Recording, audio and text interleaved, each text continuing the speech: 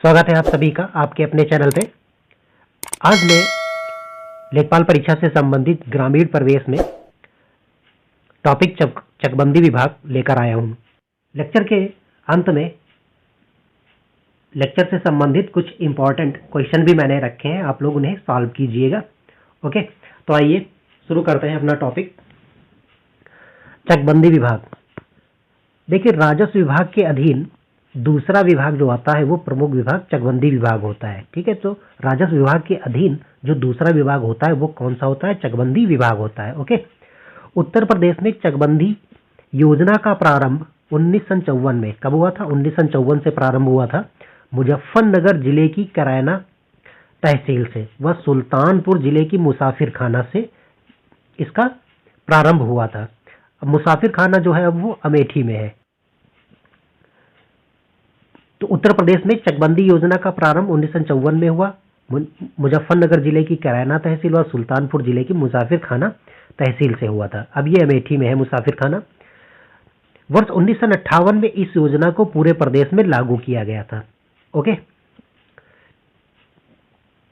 अब देखिए हम सब लोग समझ लेते हैं कि चकबंदी का मतलब क्या होता है। देखिए, चकबंदी में आपके दो वर्ड होते हैं, एक तो चक और दूसरा जो आता है वो बंदी। ओके, चक का मतलब हम यहाँ पे खंड ले सकते हैं। चक का मतलब खंड, ठीक है, खेत। बंदी का मतलब होता है बंदोबस्त करना। बंदी का मतलब बंदोबस्त करना। ओके, तो यहां से जैसे है आप इन दो वर्णों से ही समझ गए होंगे कि खंडों का बंदोबस्त करना। ओके, तो यहाँ पे देखिए क्या होता है कि छोटे छोटे जो खंड होते हैं, यहाँ पे छोटे छोटे खंडों को क्या कर दिया जाता है? छोटे छोटे भूखंडों को मिलाकर एक पूरा खंड बना दिया जाता है, एक बड़ा खंड बना दिया जाता है, या एक खेत तैयार कर दिया जाता है। यहाँ पे हम लिख लेते हैं बड़ा खंड, और ये क्या होते हैं? छोटे खंड। छोटे खंड।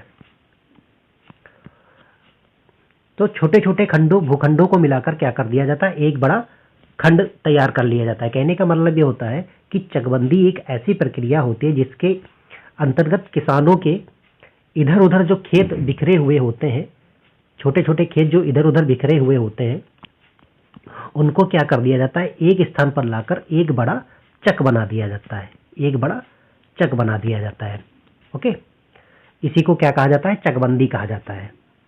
इससे किसानों को खेती करने में आसानी हो जाती है। लेकिन चकबंदी प्रक्रिया में एक चीज ये हो जाती है कि जो किसानों को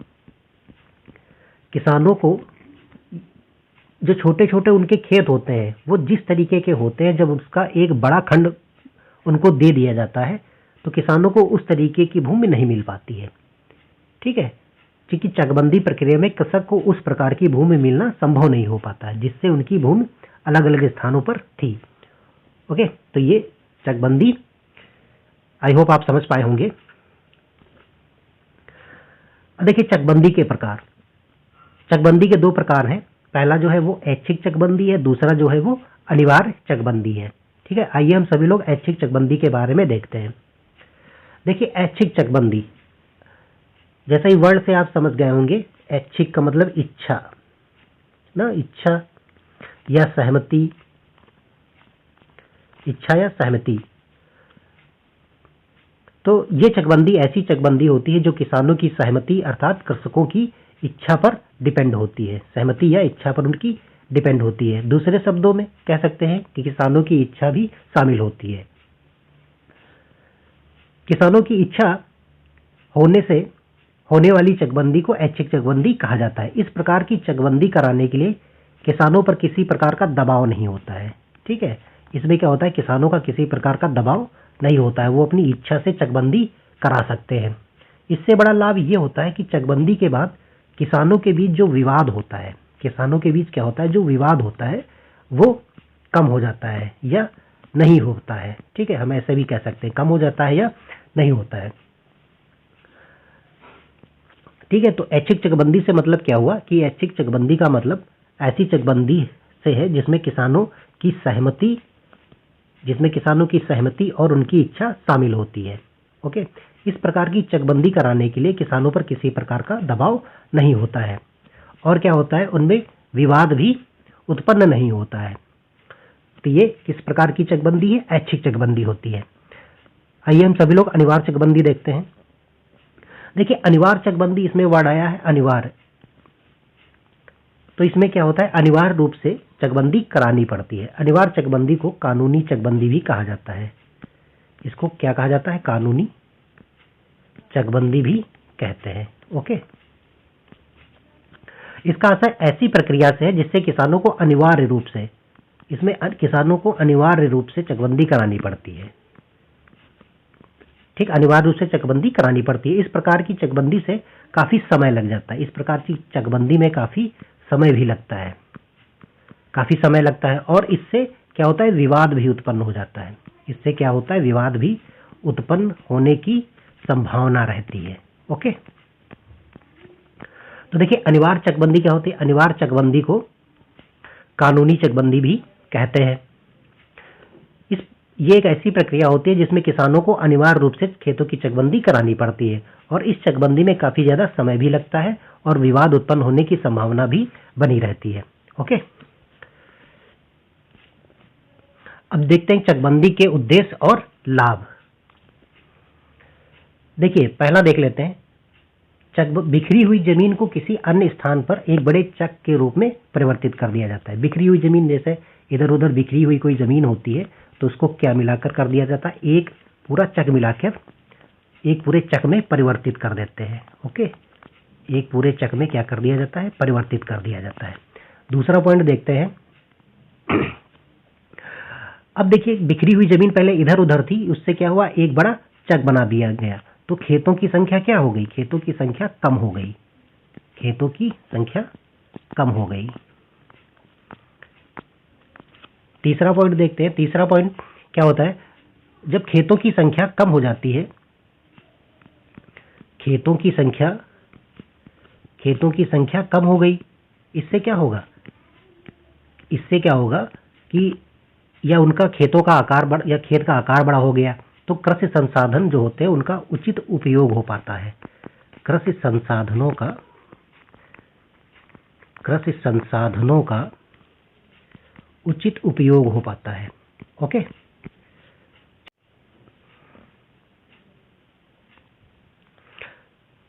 चकबंदी होने पर भूमि को अवैध कब्जे से मुक्त भी कराया जाता है। ठीक है, तो इससे क्या होता है कि चकबंदी जैसे हो जाती है जब, तो उससे जो अवैध कब्जा अगर किसी का होता है तो उससे मुक्ति हो जाती है। अवैध कब्जे से मुक्ति मिल जाती है। अवैध कब्जे से वो भूमि मुक्त हो जाती है। ठीक है, अगला देखते हैं क्या है, किसानों के बीच जो आपसी विवाद होते हैं वो भी कम हो जाते हैं। ओके, किसानों के बीच जो आपसी विवाद होते हैं वो कम हो जाते हैं। नेक्स्ट देखते हैं, चकबंदी प्रक्रिया के दौरान जो भूमिहीन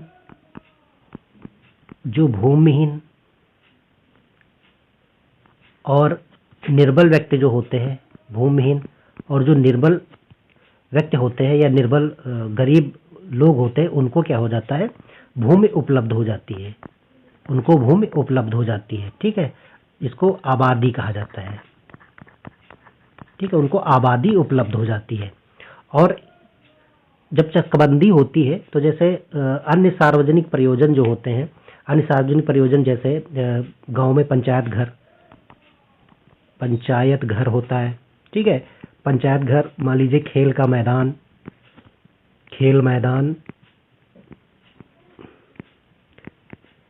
मैदान, या हम कह सकते हैं स्कूल और अस्पताल बनाने के लिए, इन सब सार्वजनिक स्थल बनाने के लिए क्या हो जाती है, आवश्यक भूमि उपलब्ध हो जाती है। ठीक है, आवश्यक भूमि उपलब्ध हो पाती है, आवश्यक भूमि उपलब्ध हो जाती है। ठीक है, तो चकबंदी प्रक्रिया के दौरान क्या होता है कि जो भूमिहीन होते हैं और जो निर्बल व्यक्ति या गरीब व्यक्ति होते हैं उनको आबादी के रूप में जमीन प्राप्त हो जाती है। और जैसे सार्वजनिक स्थल जैसे पंचायत घर होते हैं, खेल के मैदान, स्कूल या अस्पताल, और इनको क्या हो सकता है, आवश्यक रूप से इनको भूमि आरक्षित की जाती है। ओके,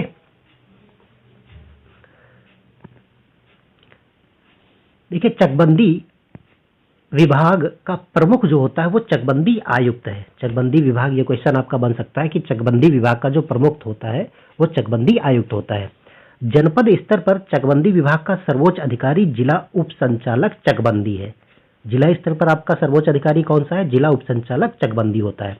चकबंदी का जो वास्तविक कार्य है वो चकबंदी लेखपाल के द्वारा किया जाता है। ये भी क्वेश्चन आपका बहुत ही इंपॉर्टेंट है। चकबंदी प्रक्रिया राज्य सरकार की कल्याणकारी योजना है। चकबंदी समिति में कम से कम पांच तथा अधिकाधिक 11 सदस्य होते हैं। ठीक है, सबसे कम से कम 5 और अधिक से अधिक 11 सदस्य हो सकते हैं। ओके, तो यहाँ पे आपका लेक्चर समाप्त होता है। अब हम सभी लोग क्वेश्चन की तरफ चलते हैं। पहला क्वेश्चन आप देख रहे हैं, मालगुजारी से क्या अर्थ है? देखिए, ऑप्शन है भूमि या उपज पर लगने वाला कर, वाहनों पर लदा हुआ माल का गुजरना, वाहनों पर लदा माल को गोदाम में उतारना, या इनमें से कोई नहीं। तो इसमें जो राइट आंसर जो होगा माल गुजारी से जो अर्थ होता है वो ए ऑप्शन होगा, भूमि या उपज पर लगने वाला कर। ओके, ये तीनों आपके नहीं होंगे। ठीक है, तो ऑप्शन ए जो होगा वो इसका राइट होगा। नेक्स्ट क्वेश्चन की तरफ चलते हैं। नजूल भूमि का क्या अर्थ है? देखिए, जिस भूमि के एक से अधिक स्वामी हो, जिस भूमि का कोई स्वामी ना हो, जो भूमि बंजर पड़ी हो, या सभी। नजूल भूमि क्या होती है? नजूल भूमि वह होती है जिस भूमि का कोई स्वामी ना हो। तो ऑप्शन बी जो होगा इसमें राइट होगा। ओके, नेक्स्ट क्वेश्चन की तरफ चलते हैं। उत्तर प्रदेश में चकबंदी योजना को पूरे प्रदेश में किस वर्ष से लागू किया गया? 1950 से लागू किया गया, 1952 से लागू किया, 1955 से लागू किया, या 1958 से? तो देखिए, इस जो योजना को 1958 से पूरे प्रदेश में लागू किया गया था। ओके, देखिए 1954 में मुजफ्फरनगर जिले की कैराना तहसील और सुल्तानपुर जिले की मुसाफिर खाना तहसील से इसकी शुरुआत हुई थी, लेकिन इसको लागू कब किया गया था? 1958 में पूरे उत्तर प्रदेश में लागू किया गया था। नेक्स्ट क्वेश्चन की तरफ चलते हैं। उत्तर प्रदेश में चकबंदी योजना का प्रारंभ किस तहसील से माना जाता है? कैराना तहसील से माना जाता है, जो कि मुजफ्फरनगर में है, मुसाफिर खाना जो कि सुल्तानपुर में लेकिन अब अमेठी में है, ए व बी दोनों, या सभी? तो देखिए, इसमें जो ऑप्शन होगा वो होगा ऑप्शन डी, ये सभी। ओके, नेक्स्ट क्वेश्चन की तरफ चलते हैं। निम्नलिखित में से कौन सा चकबंदी का उद्देश्य नहीं है? अब देखिए, चकबंदी का उद्देश्य पूछ रहा है, तो ऑप्शन ए जो दिया हुआ है, बड़े पैमाने पर कारपोरेट खेती को बढ़ावा देना, जोतों का उपविभाजन रोकना, कृषि जोतों का उपखंडन रोकना, कृषकों के अलग अलग खेतों को एक स्थान पर एकत्रित करना। तो देखिए, जोतों का उपविभाजन रोकना ये भी इसका उद्देश्य होता है, कृषि जोतों का उपखंडन रोकना ये भी इसका उद्देश्य होता है, और खेतों को एक स्थान पर एकत्रित करना ये भी इसका उद्देश्य होता है। तो उद्देश्य कौन सा नहीं है? वो ऑप्शन ए राइट होगा। ठीक है, बड़े पैमाने की कारपोरेट खेती को बढ़ावा देना ये इसका उद्देश्य नहीं है, तो ऑप्शन ए जो होगा वो राइट होगा इसमें। नेक्स्ट क्वेश्चन की तरफ चलते हैं। चकबंदी समिति, यहाँ पे समिति, यहाँ पे जिस संगीत नहीं है, समिति है। ओके, समिति, चकबंदी समिति है। यहाँ पे चकबंदी समिति में कम से कम कितने सदस्य होते हैं? तो देखिए, 5 होते हैं, 6 होते हैं, 8 होते हैं, या 9 होते हैं? तो कम से कम जो सदस्य होते हैं वो 5 होते हैं, तो ऑप्शन ए जो होगा वो राइट होगा इसमें। नेक्स्ट क्वेश्चन की तरफ चलते हैं।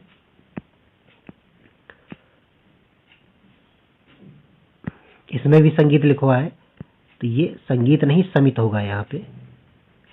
चकबंदी समिति में अधिक से अधिक कितने सदस्य होते हैं? अब पूछ रहा है अधिक से अधिक कितने सदस्य होते हैं? 9 होते हैं, 10 होते हैं, 11 होते हैं, या 12 होते हैं? तो अधिक से अधिक सदस्य जो होते हैं वो 11 होते हैं। ऑप्शन सी जो होगा वो राइट होगा। ओके, अब यहाँ पे हमारी जो प्रश्न श्रृंखला है वो समाप्त होती है। आज आपने लेक्चर और प्रश्न श्रृंखला दोनों को देखा। कमेंट करके बताइएगा कि लेक्चर और ये प्रश्न श्रृंखला आपको कैसे लगे। ओके, अब सभी लोग मिलते हैं नेक्स्ट वीडियो में। तब तक के लिए जय हिंद, धन्यवाद।